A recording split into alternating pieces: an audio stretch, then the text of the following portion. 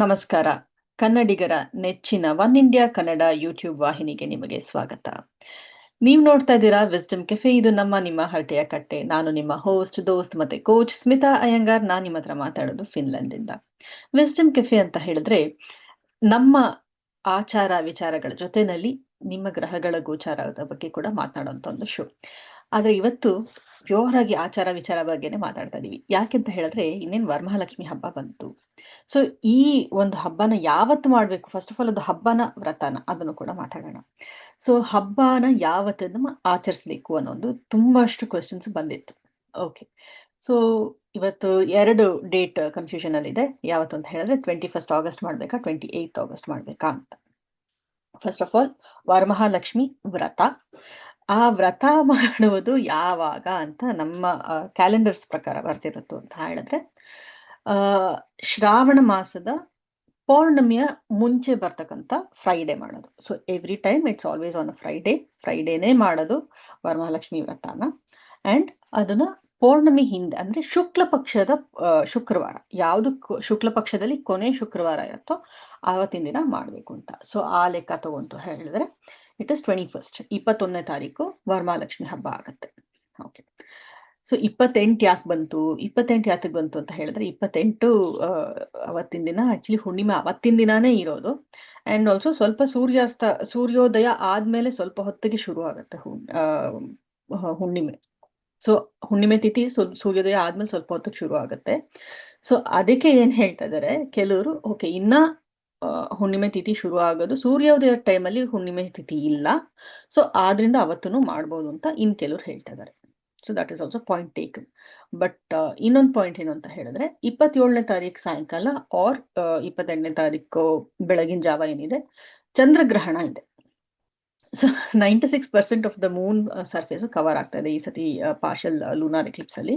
So ಚಂದ್ರಗ್ರಹಣ time ಅಲ್ಲಿ ಯಾತಕ್ ಮಾಡ್ಬೇಕು? So ಆ ಗ್ರಹಣ ಮುಗಿದು ಪೌರ್ಣಮಿ ತಿಥಿ ಶುರು ಆಗಕ್ಕಿಂತ ಮುಂಚೆ ಒಂದು 1 ಅವರ್ ಏನೋ ಗ್ಯಾಪ್ ಇದೆ. ಸೊ ಆ 1 ಅವರ್ ಗ್ಯಾಪ್ ಅಲ್ಲಿ ನೀವು ಪೂಜೆ ಮಾಡ್ಕೊಳ್ತೀನಿ ಅನ್ನೋದಾದ್ರೆ ಅವತ್ ಮಾಡಿ, ಇಲ್ಲ ಅಂತಂದ್ರೆ 21ನೇ ತಾರೀಕು ಮಾಡ್ಬೋದು. ಸೊ ಈ ರೀತಿ ಕನ್ಫ್ಯೂಷನ್ಸ್ ಬೇಡ. ಸೊ ಇನ್ ವರಮಹಾಲಕ್ಷ್ಮಿ ವ್ರತ ಅಥವಾ ವರಮಹಾಲಕ್ಷ್ಮಿ ಪೂಜೆನ, ಸೊ ವ್ರತ ಮಾಡೋರು ವ್ರತ ಮಾಡ್ತಾರೆ. ಕೆಲವ್ರ ಮನೆಯಲ್ಲಿ ಪದ್ಧತಿ ಇರುತ್ತೆ ವ್ರತ ಮಾಡೋದು, ಕಲಶನ ಸ್ಥಾಪನೆ ಮಾಡಿ ಅದದ್ದು ವ್ರತ ಅಂದ್ರೆ ವ್ರತ ಪೂಜೆ ಅಂತ ಹೇಳ್ತಾರೆ, ಕೈಗೆ ದಾರ ಕಟ್ಕೊಂಡು ಎಲ್ಲ ಪೂಜೆ ಮಾಡ್ತಾರೆ, ಆ ತರ ಇರತ್ತೆ.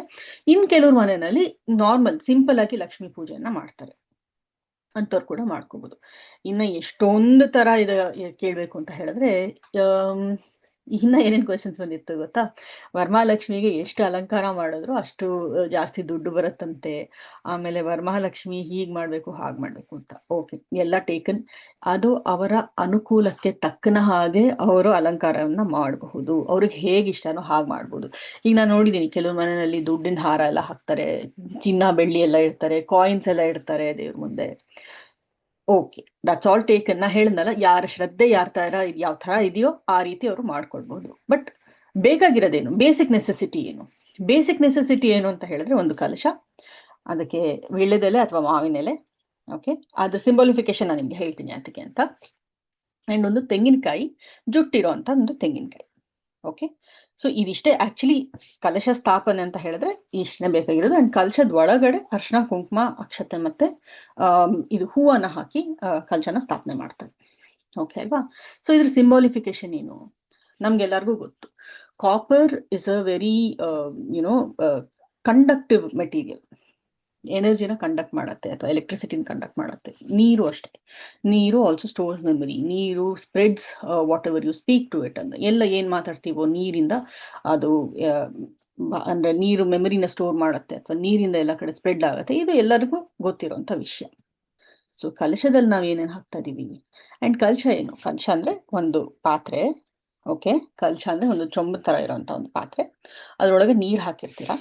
ಅಂಡ್ ಅದರಲ್ಲಿ ನೀವು ಅರ್ಶಿನ ಕುಂಕುಮ ಅಕ್ಷತೆ ಇದನ್ನ ಹಾಕಿ, ಎಲೆಗಳನ್ನ ನೀವು ಗಮನಿಸ್ತು ಅಂತ ಹೇಳಿದ್ರೆ ವಿಳ್ಯದೆಲೆ ಅಥವಾ ಮಾವಿನ ಎಲೆನ ಇಡ್ತಾರೆ, ಇಲ್ಲ 2 ಇಡ್ತಾರೆ, ಇಲ್ಲ 4, ಇಲ್ಲ 5 ಇಡ್ತಾರೆ. ಸೊ ಈ ಸಿಂಬಾಲಿಫಿಕೇಶನ್ ಏನು ಅಂತ ಹೇಳಿದ್ರೆ ಆ ಒಂದು ಕಲಶದ ಪಾತ್ರೆ ಏನಿದೆ ದಟ್ಸ್ ಅ ಬಾಡಿ. ಓಕೆ, ಅದ್ರ ಒಳಗಡೆ ನೀವು ಹಾಕುವಂತ ನೀರು ಅರ್ಶಿನ ಕುಂಕುಮ ಇದೆಲ್ಲ ದೇ ಆರ್ ಏನ್ ಹೇಳ್ತಾರೆ, ಜೀವಾತ್ಮ ಅಂತ ಹೇಳ್ತಾರೆ, ಅಥವಾ ಒಂದು ಪ್ರಾಣ ಪ್ರತಿಷ್ಠಾಪನೆ ಮಾಡುವಂತಹ ಒಂದು ಆರ್ಗನ್ಸ್ ಅಂತ ಹೇಳಿ, ಅಥವಾ YONO essence of life. Okay, essence ಅಂತ ಹೇಳಿ.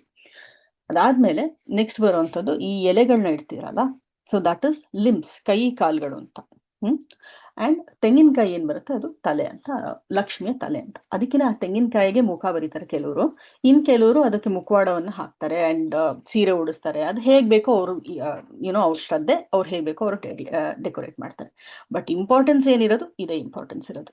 ಸೊ ಯಾತಕ್ಕೆ ನಾವು ಈ ವ್ರತವನ್ನ ಮಾಡೋದಾಗ್ಲಿ ಅಥವಾ ಪೂಜೆ ಮಾಡೋದಾಗ್ಲಿ, ವಿ ಚಾಂಟ್ ಅಲ್ವಾ, ಏನೋ ಒಂದು ಶ್ಲೋಕಗಳನ್ನ ನಾವು ಚಾಂಟ್ ಮಾಡ್ತೀವಿ. ಅಥವಾ ಈವನ್ ಓಕೆ, ಈ ನಡುವೆ ಯಾರು ಸ್ಪಷ್ಟವಾಗಿ ಚಾಂಟ್ ಮಾಡದೇ ಇದ್ರೂ ಬರ್ದೇ ಇರೋಂಥವ್ರು ಯೂಟ್ಯೂಬ್ ಇಂದ ಹಾಕ್ತಾರೆ ಅದರಿಂದ ಶ್ಲೋಕಗಳು, ವಾಟ್ ಎವರ್. ಅಂತೂ ಮಂತ್ರೋಚ್ಚಾರಣೆ ಆಗತ್ತೆ ಟೈಮಲ್ಲಿ, ಅಂಡ್ ಆ ಟೈಮ್ನಲ್ಲಿ ಪೂಜೆ ಮಾಡ್ತೀರಾ. ಸೊ ಸಮ್ ಪಾಸಿಟಿವಿಟಿ ಇರುತ್ತೆ.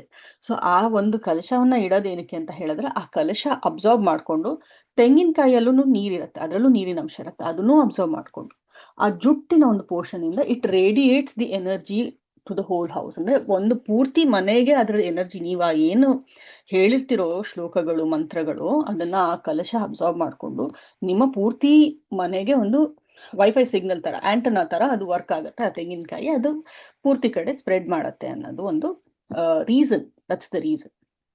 ಓಕೆನಾ. ಇನ್ನ ಕೆಲವ್ರು ಏನ್ ಮಾಡ್ತಾರೆ, ಆ ಒಂದು ಹೇಳ್ತಾರಲ್ಲ ಇವಾಗ ಅಲಂಕಾರ. ಸೊ ದಿಸ್ ಇಸ್ ಬೇಸಿಕ್ ಬೇರ್ ಮಿನಿಮಮ್. ಇದಿಷ್ಟೇ ಬೇಕಾಗಿರೋದು, ಇನ್ನೇನು ಬೇಕಾಗಿಲ್ಲ. ಒಂದಷ್ಟು ಹೂವು, ಅಕ್ಷತೆ, ಅರ್ಶಿನ ಕುಂಕುಮ ಪೂಜೆಗೆ, ಅಂಡ್ ಇದು ಈ ತೆಂಗಿನಕಾಯಿ ಕಲಶನ ಹೇಳದ್ನಲ್ಲ, ಇಷ್ಟಿದ್ರೆ ಬೇಕಾದಷ್ಟು. ಇನ್ ಮಿಕ್ಕಿದ್ದೆಲ್ಲ ನೀವ್ ಏನ್ ಮಾಡಿದ್ರು ದಟ್ ಇಸ್ ಪ್ಯೂರ್ಲಿ ಡೆಕೋರೇಟಿವ್. ಅದಕ್ಕೆ ಪೂಜೆಗೆ ಸಂಬಂಧವೇ ಇಲ್ಲ. ಹಾಗೇನೆ ಯಾಕೆ ಅಂತ ಹೇಳಿದ್ರೆ, ವಿಷ್ಣು ಆಗ್ಲಿ ಲಕ್ಷ್ಮಿ ಆಗ್ಲಿ ಅಲಂಕಾರ ಪ್ರಿಯರು ಅಂತ ಹೇಳ್ತಾರೆ. ಸೊ ಅದಕ್ಕೋಸ್ಕರ ಅಲಂಕಾರ ಮಾಡಿ ಅವ್ರನ್ನ ಖುಷಿ ಪಡಿಸ್ತಾರೆ ಹೊರತು, ಈಗ ಅಫ್ಕೋರ್ಸ್ ಇವಾಗ ನಿಮ್ಗೆ ಇಷ್ಟ ಇರೋಂಥ ತಿಂಡಿನ ಮಾಡ್ಕೊಡ್ತು ಅಂತ ಹೇಳಿದ್ರೆ ನೀವು ಇಷ್ಟ ಪಡ್ತೀರಾ ಅಲ್ವಾ. ನೀವು ಯಾರ ಮನೆಗಾದ್ರೂ ಹೋಗಿದ್ರೆ ನಿಮ್ಗೆ ಇಷ್ಟ ಇರೋಂಥ ತಿಂಡಿನ ಅವ್ರು ಮಾಡ್ಕೊಟ್ರೆ ನಿಮ್ಗೆ ಅವ್ರ ಕಂಡ್ರೆ ಇಷ್ಟ ಆಗತ್ತೆ ಅಲ್ವಾ. ಸೊ ಅವ್ರಿಗೆ ನೀವು ಸ್ವಲ್ಪ ಫೇವರಬಲ್ ಆಗಿರ್ತೀರಾ. ಸೊ ಆ ಒಂದು ಪೂಸಿ ಹೊಡೆಯೋ ಒಂದು ನೆಪ ಅಂತನಾದ್ರೂ ಅನ್ಕೊಳ್ಳಿ. ಸೊ ಇಟ್ ಇಸ್ ಲೈಕ್ ಅಲಂಕಾರ ಪ್ರಿಯೆ ಅಂತ ಲಕ್ಷ್ಮಿ ಅಂತ ಆಗಿರೋದ್ರಿಂದ ಈ ಅಲಂಕಾರಗಳನ್ನೆಲ್ಲ ಮಾಡ್ತಾರೆ. ಸೊ ಇದನ್ನ ಮಾಡ್ಲೇಬೇಕಾ? ಇಲ್ಲ. ನಿಮ್ಮ ಕಣ್ಣಿಗೆ ನೀವು ಎಷ್ಟು ಸುಂದರವಾಗಿ ಕಾಣೋ ತರ ನೀವು ಆ ಕಲಶನ ಡೆಕೋರೇಟ್ ಮಾಡ್ತಿರೋ, that is more than enough, ಅಷ್ಟೇ ಸಾಕು. ಸೊ ನಿಮ್ಮ ಭಕ್ತಿಯಾನುಸಾರ, ಶಕ್ತಿಯಾನುಸಾರ ಎಷ್ಟು ಅಲಂಕಾರ ಮಾಡಕ್ಕಾಗತ್ತೋ ಅಷ್ಟು ಮಾಡಿ, ಶ್ರದ್ಧೆಯಿಂದ ಪೂಜೆ ಮಾಡಿ. ಯಾವತ್ ಮಾಡ್ಬೇಕು ಅನ್ನೋ ಒಂದು ಕನ್ಫ್ಯೂಷನ್ ಕ್ಲಿಯರ್ ಆಗಿದೆ. ಸೊ 21ನೇ ತಾರೀಕು ಮಾಡಿದ್ರೆ ಬೆಟರ್. ಇಲ್ಲ ಅಂತ ಹೇಳಿದ್ರೆ 28ನೇ ತಾರೀಕು ಮಾಡ್ಬೇಕು ಅಂತ ಹೇಳಿದ್ರೆ 1 hour ಗ್ಯಾಪ್ ಇರುತ್ತೆ. ಐ ಥಿಂಕ್ ಅರೌಂಡ್ 10 ಗಂಟೆ ಅಲ್ಲ, 9 ಗಂಟೆಯಿಂದ 10 ಗಂಟೆನೋ ಏನೋ. ನಾನು ಕನ್ಫರ್ಮ್ ಮಾಡಿ ನಿಮ್ಗೆ ಬೇಕಾದ್ರೆ ಈ ವಿಡಿಯೋನ ಕಮೆಂಟ್ ಸೆಕ್ಷನ್ ಅಲ್ಲಿ ನಾನು ಕರೆಕ್ಟ್ ಟೈಮ್ ನ ನಿಮ್ಗೆ ಹಾಕ್ತೀನಿ. ಸೊ ಆ 1 hour ಅಲ್ಲಿ ನೀವು ಗ್ರಹಣ ಸ್ನಾನ ಮಾಡಿ ಪೂಜೆ ಮಾಡ್ತೀನಿ ಅನ್ನೋ ಫುಲ್ ಕಾನ್ಫಿಡೆನ್ಸ್ ಇದ್ರೆ ಖಂಡಿತ ಮಾಡಿ. ಇಲ್ಲ ಅಂತ ಹೇಳಿದ್ರೆ 21ನೇ ತಾರೀಕು ನೀವು ಪೂಜೆ ಮಾಡ್ಬೋದು.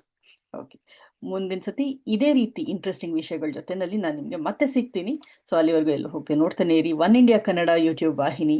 ನಾನು ನಿಮ್ಮ ಹೋಸ್ಟ್, ದೋಸ್ತ್ ಮತ್ತೆ coach Smita Iyengar, signing off for today. ಮತ್ತೆ ಸಿಗ್ತೀನಿ ವಿಸ್ಡಮ್ ಕೆಫೆಯಲ್ಲಿ ಮುಂದಿನ ವಾರ. ಬಾಯ್. ಯಾವುದೇ ಸುದ್ದಿಯ ಅಪ್ಡೇಟ್ ಅನ್ನ ಮಿಸ್ ಮಾಡ್ಕೊಳ್ಬಾರ್ದು ಅಂದ್ರೆ ಈಗ್ಲೇ ಒನ್ ಇಂಡಿಯಾವನ್ನ ಸಬ್ಸ್ಕ್ರೈಬ್ ಮಾಡಿ.